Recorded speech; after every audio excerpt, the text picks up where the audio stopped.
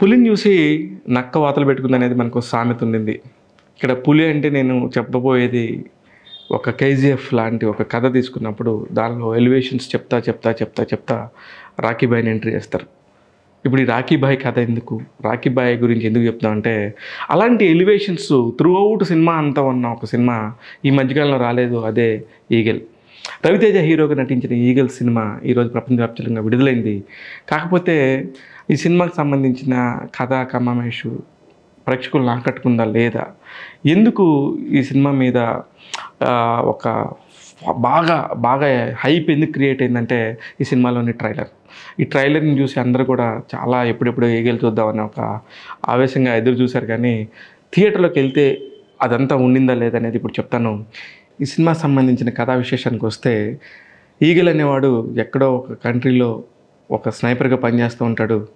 ఒక్కసారిగా అనుపమ పరమేశ్వరన్ అనే ఒక జర్నలిస్ట్ ఈ కథని రివీల్ చేస్తుంది. ఒక చిన్న ఆర్టికల్ రూపంలో ఎక్కడో లాస్ట్ పేజీలో ఒక చిన్న కాలం రాస్తే ఒక్కసారిగా దేశం అంతా ఉలిక్కిపడే అంత ఒక సెన్సేషన్ క్రియేట్ అయ్యి ఆ పేపర్ ఆఫీస్ని మూసేసే పరిస్థితికి తీసుకొస్తే అసలు ఏం జరిగింది, నేను రాసిన ఆ చిన్న ఆర్టికల్లో ఏంటి, యువతలో ఉన్న వ్యక్తి ఎవరు అని చెప్పేసి వెతుక్కుంటా ఒక 10 ఎకరాల ప్లేస్లో ఒక సామ్రాజ్యం ఉంటే ఆ సామ్రాజ్యం మొత్తం కుక్కటి వేళ్ళతో సహా పెకలించుకుపోయిన ఆ సంఘటన ఏంటి అని ఒక్కొక్కటి కనుక్కుంటా ఆ ఊరి గ్రామస్తుల దగ్గరికి వెళ్తుంది. అక్కడి నుంచి పోలీస్ స్టేషన్కి వెళ్తుంది, పోలీస్ స్టేషన్ నుంచి ఎమ్మెల్యే దగ్గరికి వెళ్తుంది.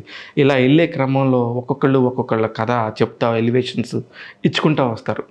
అదే నేను ఇందాక చెప్పింది, పులిని చూసి నక్క వాతలు పెట్టుకుందనేది. ఎందుకు అంటే కేజీఎఫ్ లాంటి సినిమాల్లో ఒక కొత్తదనం కోసం అప్పుడప్పుడు క్రియేట్ చేసిన ఆ పాయింట్ని ఇంకా కూడా మనం చెప్పుకుంటా వెళ్ళి ఆ ఎలివేషన్కి రీచ్ అవుతామా లేదనేది మెయిన్ పాయింట్. ఇక్కడ ఈగల్ సినిమాలో ఆ ఎలివేషన్ రీచ్ అయిందా లేదా అంటే డెఫినెట్గా రీచ్ అవ్వలేదనే చెప్పాలి. కారణం ఏంటంటే వాళ్ళు చెప్పుకున్న విధానంలో హీరో మిస్ అయ్యాడు. హీరో ఎందుకు మిస్ అవుతాడు, హీరోనే కదా మొత్తం అంటే ఎస్, మొత్తం వీళ్ళందరూ చెప్పుకునేది హీరోనే. కానీ హీరో కనబడకుండా హీరో అప్పుడప్పుడు అలాగా జస్ట్ ఒక ఎలివేషన్లో అలా కనబడి కొంచెం అలా కనబడి వెళ్ళిపోవటం అనేది కొంచెం డ్రాబ్యాక్ అనే చెప్పాలి.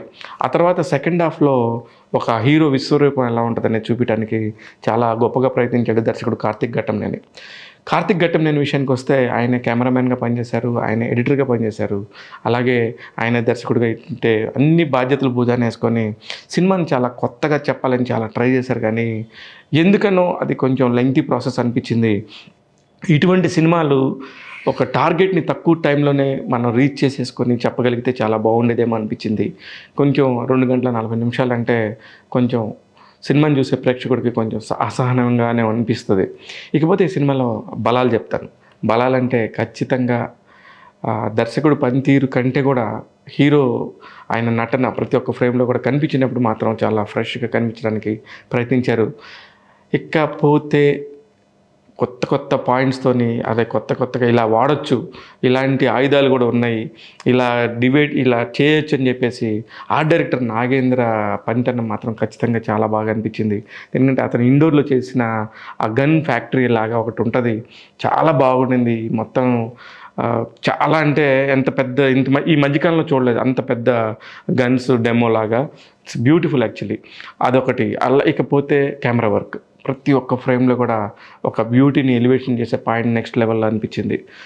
హీరోయిన్ మధ్యలో జస్ట్ చాలా తక్కువ టైమే ఉంటుంది, చాలా తక్కువ టైం ఉంటుంది. కానీ కావ్య తాపర్ ఆమె కూడా కొంచెం బాగా అనిపించింది. దాని పక్కన అనుపమ పరమేశ్వరన్ ఉండింది.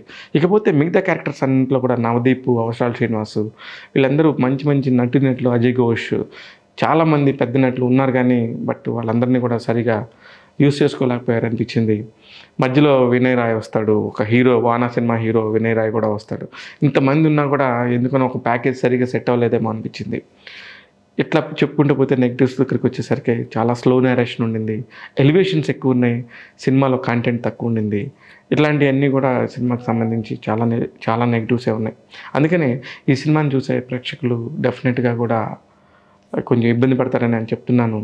సినిమాకి వెళ్ళేవాళ్ళు ఖచ్చితంగా సినిమాని ఎంజాయ్ చేద్దాం అనుకుని వెళ్ళేవాళ్ళు మాత్రం సినిమా రవితేజ ఫ్యాన్స్ అయి ఉండొచ్చు, ఎలివేషన్స్ని ఇష్టపడే ఉండొచ్చు, టెక్నాలజీని బాగా ఎంజాయ్ చేసేవాళ్ళు ఖచ్చితంగా ఈ సినిమా చూడాలి.